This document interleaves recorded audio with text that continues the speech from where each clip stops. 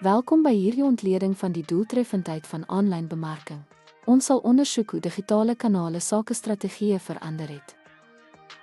Aanlyn bemarking bied 'n wyd bereik en toeganklikheid, besighede in staat stel om 24/7 met 'n globale gehoor te skakel, wat handelsmerk verbeter sigbaarheid. Gevorderde teikenopsies stel besighede in staat om hul gehoor presies te segmenteer, wat die waarskynlikheid van omskakeling verhoog en bemarking optimaliseer pogings. Aanlyn bemarking is koste-effektief, met strategieë soos betaal per klik om te verseker dat besighede net betaal vir gebruikersinteraksies, wat die speelveld gelyk maak vir KMOs. Digitale bemarkingsinstrumente bied meetbare resultate en ontledings wat besighede in staat stel om statistieke op te spoor en ingeligte besluite te neem om veldtog te verbeter uitkomste.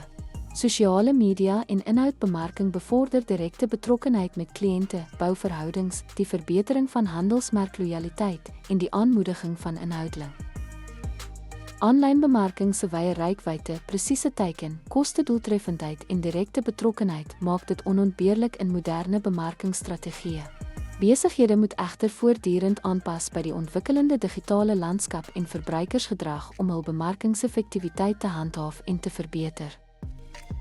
Deur dit te doen, kan hulle hul aanlyn teenwoordigheid maksimeer, groei aandryf en langtermyn sukses behaal in die mededingende digitale mark. Bly voor, bly digitaal. Jou sukses begin nou.